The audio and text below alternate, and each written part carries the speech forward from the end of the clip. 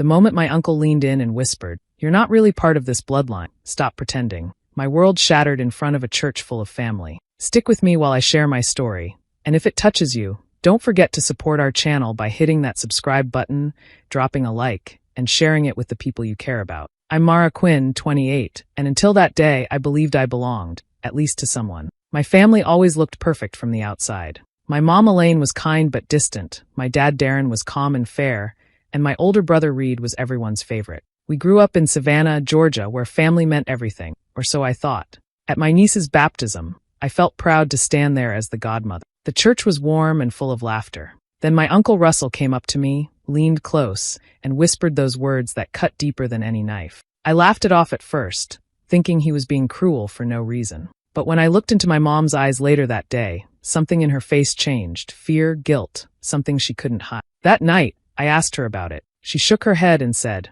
"Russell's had too much to drink. Don't pay attention to him." But I knew she was lying. I started noticing little things, how I looked nothing like anyone else, how my baby photos stopped around age 1, how conversations died when I entered the room. A week later, I searched through my father's old study and found a locked drawer. Inside were papers, sealed adoption forms with my name on them. My hands shook as I read the words. Everything I believed about my life was a lie. When I confronted my mother, she broke down and admitted it. "We wanted to protect you," she said. "You were never supposed to know." She confessed they had adopted me secretly and told no one outside the family. But what crushed me most was realizing that everyone, Reed, Russell, even my grandmother, had known all along. Reed didn't even try to comfort me. He smirked and said, "You should be grateful. Mom and Dad saved you." That broke something inside me. I moved out that week and decided never to look back. A few months later, my father passed away. At the reading of his will, I found out he'd left me nothing. Reed inherited everything. Mom just said, "Your father thought it was only fair since you're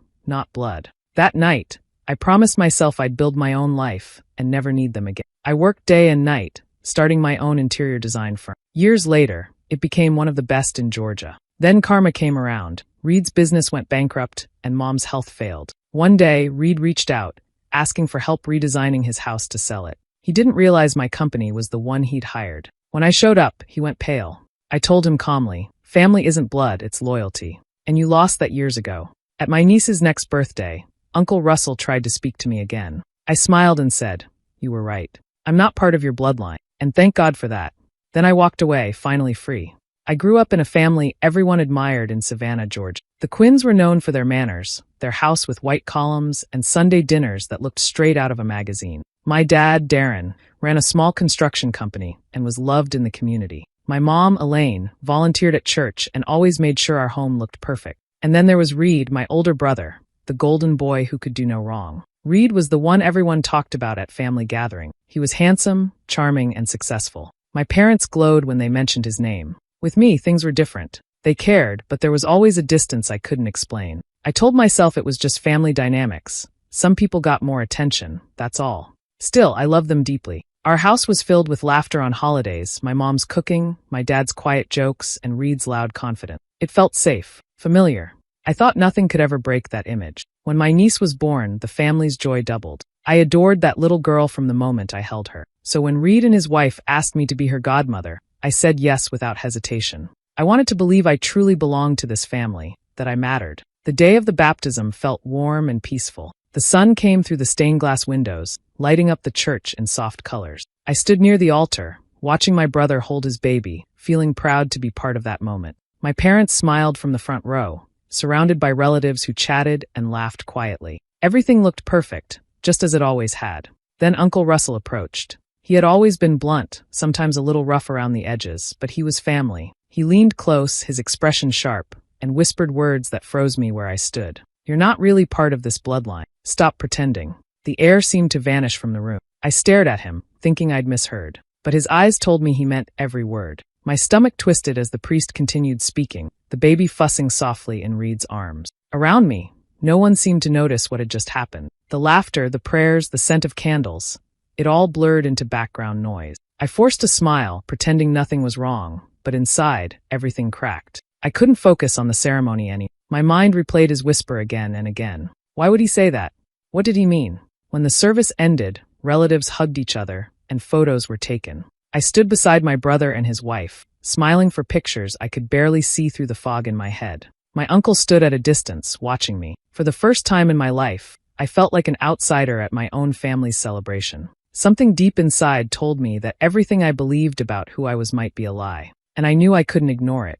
That night after the baptism, I couldn't sleep. My uncle's words kept echoing in my head like a cruel riddle. I told myself it was nonsense, but something deep down refused to believe that. Around midnight, I went to the kitchen, hoping a glass of water would calm me. My mother was there, sitting at the table with her reading glasses on, hands trembling slightly as she folded napkins for the next day's brunch.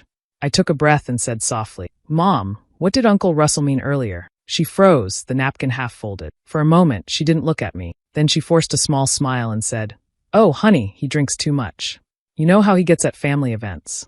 Her voice wavered, and her fingers fidgeted with the napkin until it tore a little. I wanted to believe her, but her eyes told another story. They didn't hold irritation or surprise. They held fear, guilt, something buried. I let the subject drop, not wanting to push her further, but the silence between us said everything. After she went to bed, I sat alone at the kitchen table, staring at the family photos hanging on the wall. There were so many pictures of Reed, his school awards, his first car, his graduation. There were photos of my parents when they were young, smiling and proud. But when I looked for pictures of myself, there were fewer. My baby photos stopped abruptly after my first birthday. It was strange. I couldn't remember ever seeing any from when I was an infant. Over the next few days, small details began to stand out. I went through old albums in the living room cabinet. The ones from my childhood looked incomplete. No hospital pictures, no newborn announcements, nothing from before age 2. In one photo of a family picnic, everyone had the same green-gray eyes except me. Mine were darker, almost black. I tried to laugh it off, telling myself it was just genetics, but the thought kept nagging me. At dinner one evening, my parents and Reed were talking about old family stories. When I asked about a vacation I vaguely remembered, everyone went quiet. Then Reed changed the subject so quickly it felt rehearsed. It happened again and again. I'd walk into a room, and conversations would stop. Once, I caught my mom and dad whispering in the den, my name slipping through their sentences like something they didn't want me to hear. I started feeling like a stranger in my own home. Every smile looked forced, every laugh slightly strained. Even the house felt different, colder somehow. I searched for explanations that made sense, but every path led back to my uncle's whisper. Late one night, I pulled out a box of old papers from the attic. Birth certificates, report cards, family documents, all organized neatly. But mine was missing. Every record of my birth gone. My hands shook as I sifted through the pile again, hoping I'd just overlooked it. But it wasn't there. The doubt had grown into something I couldn't ignore. My family had secrets, ones they never meant for me to find. Sleep wouldn't come that night. Every time I closed my eyes, I saw my mother's uneasy smile and heard my uncle's whisper all over again. The silence in the house was heavy, broken only by the creak of the old floorboards. I walked down the hallway barefoot, the air cool against my skin. My father's study door stood slightly open. That room had always been his space, organized, private, full of things no one was allowed to touch. But I couldn't stop myself. I turned on the small desk lamp, its soft light spilling across the dark wood. The room smelled faintly of tobacco and old paper. My father's handwriting covered stacks of notes and ledgers, but I was looking for something else, something hidden. I searched the drawers, one after another, until I reached the bottom one on the left. It didn't open. The lock was small but old. My hands trembled as I grabbed a thin screwdriver from a nearby shelf. With one firm twist, it clicked open. Inside were envelopes tied together with a piece of faded ribbon. My name was written on the top one in my father's handwriting. I felt my chest tighten as I pulled it out. It wasn't a letter. It was an official document. The heading read Adoption Certificate. My eyes scanned the page again and again, refusing to believe what they were reading. There it was, my name, Mara Quinn, and beneath it, adopted child. The listed parents were Darren and Elaine Quinn. I kept reading, hoping it was some misunderstanding, but there were more papers underneath. Letters from a lawyer, sealed forms, and a hospital record with another woman's name listed under birth mother. My fingers went numb. Every breath felt heavier. My entire life, the family dinners, the childhood memories, every time my mother called me her little girl. It all suddenly felt like part of a story written for someone else. I sat there for a long time, staring at those papers until my tears blurred the ink. The house felt different now, smaller, full of ghosts I hadn't noticed before. When I finally stood, I felt a strange calm. I had my answer. It hurt, but I needed to hear the rest from her. I walked straight to my parents' bedroom. The door was slightly open, light spilling out from a bedside lamp. My mother looked up, startled by the sight of the papers in my hand. "Where did you get those?" she whispered, her voice shaking. I found them in Dad's study, I said quietly. Why didn't you tell me? Why did everyone hide this from me? She covered her mouth, tears filling her eyes. For a long moment, she didn't speak. Then, in a voice so small it barely carried across the room, she said, "You were never supposed to know." I stood frozen as she wiped her face with trembling hands. "We adopted you when you were a baby," she continued. "It was supposed to stay between us. You were a secret." Her words broke something inside me. The truth I had wanted for so long had finally come, but it felt nothing like relief. It felt like the end of everything I thought I was. The days after that night passed in a blur. I moved through the house like a ghost, surrounded by people who had smiled in my face for years while hiding the one truth that could break me. I didn't feel anger at first, just a cold emptiness that settled deep in my chest. Everywhere I looked, I saw the signs I had missed. The quiet looks between relatives, the small pauses when family history came up, the way my grandmother always hugged Reed tighter than me. Now it all made sense. When my mother finally told the rest of the family that I knew, no one seemed surprised. That hurt the most. My uncle avoided my eyes at dinner, stirring his coffee like he hadn't been the one to tear my world apart. My grandmother patted my hand gently and said, "We only wanted what was best for you." I stared at her, wondering how love could look so calm while covering up a lie for nearly 3 decades. But Reed's reaction was worse than all of them. He waited until our parents had left the room, then leaned against the counter with that smug grin I'd always hated. "You're taking this too personally," he said. "It's not like they didn't treat you well." I tried to hold back my tears. "You all lied to me," I said quietly. "Every single one of you." He shrugged, his tone flat, almost bored. "You should be grateful, Mara. Mom and Dad saved you. You were lucky they took you in." The words hit harder than any slap. I stood there, staring at him, trying to understand how someone I'd grown up with could sound so heartless. "Saved me?" I repeated. "Like I was a stray they picked up?" He didn't even flinch. "You were never really one of us," he said, his voice low and sharp. "You know that now, so stop pretending." I wanted to scream, but nothing came out. Instead, I walked past him, my hands shaking, and stepped out onto the porch. The evening air was cold against my skin, but I barely felt it.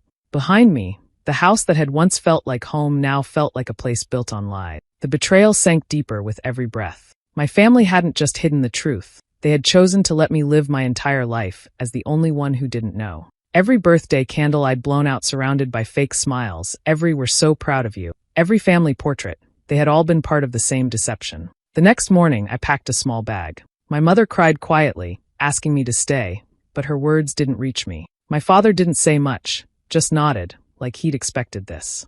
Reed didn't even come downstairs.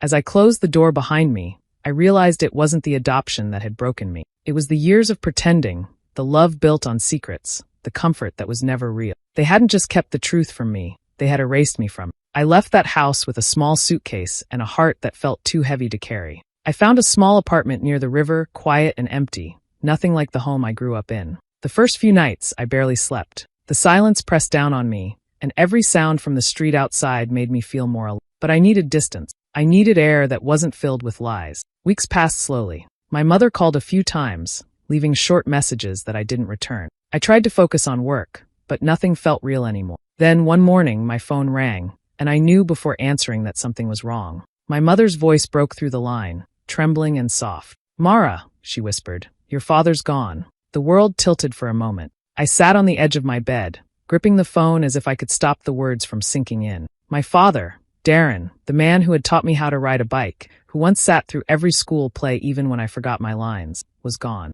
Despite everything, I loved him. And now I would never have the chance to ask him why he had chosen to hide the truth. The funeral felt like watching a movie I wasn't supposed to be in. Reed greeted people like a host, shaking hands, giving speeches. My mother cried in the front row, and no one looked at me for long. I sat quietly in the back, invisible among people who once called me family. A week later, I received a call from the family lawyer. He asked me to come for the reading of the will. I didn't expect much, but a small part of me hoped my father had left something, a letter, a note, anything to show that I still mattered. The office was cold and smelled of paper and coffee. Reed sat across from me, confident as ever, his tie perfect. The lawyer opened the folder and began reading. As he went through the list, my name never came up. Everything, our family home, the business, the savings, went to Reed. Not a single mention of me. When the lawyer closed the file, the silence in the room was deafening. My mother stared at the floor, her face pale. Finally, she spoke in a voice that sounded too calm. "Your father didn't think it was appropriate," she said, "since you're not blood." For a second, I couldn't breathe. The words burned like acid. Not blood. as if love had ever needed proof. I looked at her, waiting for her to take it back, but she didn't. Reed just smirked, and that smirk told me everything about what my place in their world truly was. I walked out of that office without a word. The sky outside was gray, heavy with rain. Standing there on the sidewalk, drenched and shaking, something inside me shifted. The sadness that had been eating me alive turned into something colder, sharper. That day, I made myself a promise. They had taken everything from me: truth, family, belonging. But I would take back my power. I would rebuild myself, stronger than any of them imagined. And one day, they would remember the moment they decided I wasn't worthy, and they would regret it. The weeks after the will reading felt endless, but pain has a strange way of reshaping people. Once the tears stopped coming, something inside me hardened. I didn't want sympathy, and I didn't want their apology. I wanted to become someone they could never ignore again. I threw myself into work. I started small, picking up design projects for friends and local cafes. I worked every hour I could find, early mornings, late nights, weekends. During the day, I managed front desks and answered phones. At night, I studied design software, read business guides, and took freelance decorating jobs. My body ached most days, but I didn't care. Every late hour reminded me that I was building something on my own name. No family name, no favors. Little by little, clients started coming back with compliments. A restaurant owner loved how I transformed his space. A young couple recommended me to their friends. Soon, I was designing small homes, then larger ones. My style became known for warmth and precision, details that made a house feel alive. When I finally opened my own firm, I called it Haven Studio. It was the one place that truly felt like mine. Years passed, and the business grew faster than I ever expected. I hired a team, expanded into Atlanta, and began working with developers across Georgia. Every milestone felt like proof that I didn't need their acceptance to matter. Success didn't erase the hurt, but it filled the emptiness with something steadier: pride. I didn't see much of my family after that, but news about them had a way of finding me. Reed's investment company, the pride of the Quinn name, started to crumble. Bad deals, risky projects, one mistake after another. Eventually, it folded completely, taking their savings with it. Their perfect image cracked in public. The house I'd grown up in was put up for sale. My mother's health started to fail soon after. I heard about it through an old neighbor who still sent me Christmas cards. She said Elaine had been in and out of the hospital, that Reed was struggling to keep up with the bills. I listened quietly, thanked her, and hung up. My heart tightened, but I didn't reach out. I told myself they had made their choices. There were moments I drove past their neighborhood, watching from a distance as the world they'd built slowly collapsed. The white columns of our old house were chipped now, the garden overgrown. The perfection they had guarded so fiercely was gone. Sometimes, late at night, I wondered if they thought about me, if they ever regretted the words that pushed me out. But I never called, never wrote. My revenge wasn't in shouting or anger. It was in living well, in turning the pain they gave me into power they could never take away. Every time a new client shook my hand, every time a project finished beautifully, I felt the same quiet satisfaction. They had once made me feel like I didn't belong. Now they were the ones fading into silence, and I had become everything they believed I couldn't be. It happened on an ordinary Tuesday morning. I was in my office, going through blueprints for a new client, when my assistant walked in holding a folder. "We got an inquiry from a man named Reed Quinn," she said casually, not realizing that name once belonged to the center of my pain. My hand froze over the desk.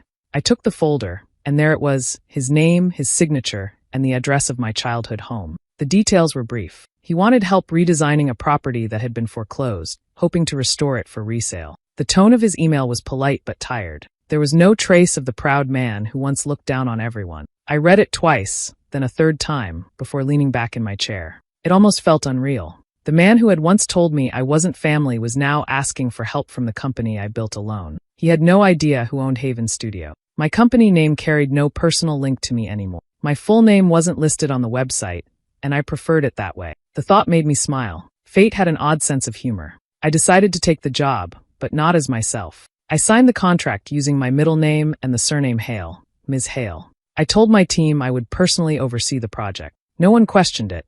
I was known for handling select clients myself. The day I arrived at the property, a wave of memories hit me. The once grand house looked broken, stripped of its shine. The paint had peeled from the walls, the windows were dull, and the garden was overrun with weeds. It was almost poetic, how time had turned this place into a reflection of the people who once lived there. Reed met me at the door, older and thinner, his usual confidence replaced by something desperate. "Ms. Hale," he said, extending a hand. "Thank you for coming on such short notice." His voice cracked slightly. I shook his hand, keeping my expression calm. "Of course," I replied. Let's take a look at what needs to be done. Walking through the rooms, I listened as he spoke about budget limits and time frames. He mentioned how everything had gone wrong. Bad business decisions, unpaid taxes, repairs he couldn't afford. He kept talking, trying to sound professional, but I heard the exhaustion behind every word. The pride was gone. I examined the cracked walls, the faded floors, the empty shelves that once held family photos. My footsteps echoed through the same hallways where laughter used to fill the air. He didn't recognize me, didn't even seem to notice the way I paused in each room, taking in what remained of a life that had excluded me. Over the next few weeks, I oversaw every step of the renovation. Reed thanked me constantly, unaware that the woman he relied on was the sister he had discarded. Watching him humbled was strangely quiet, not triumphant, not cruel, just balanced.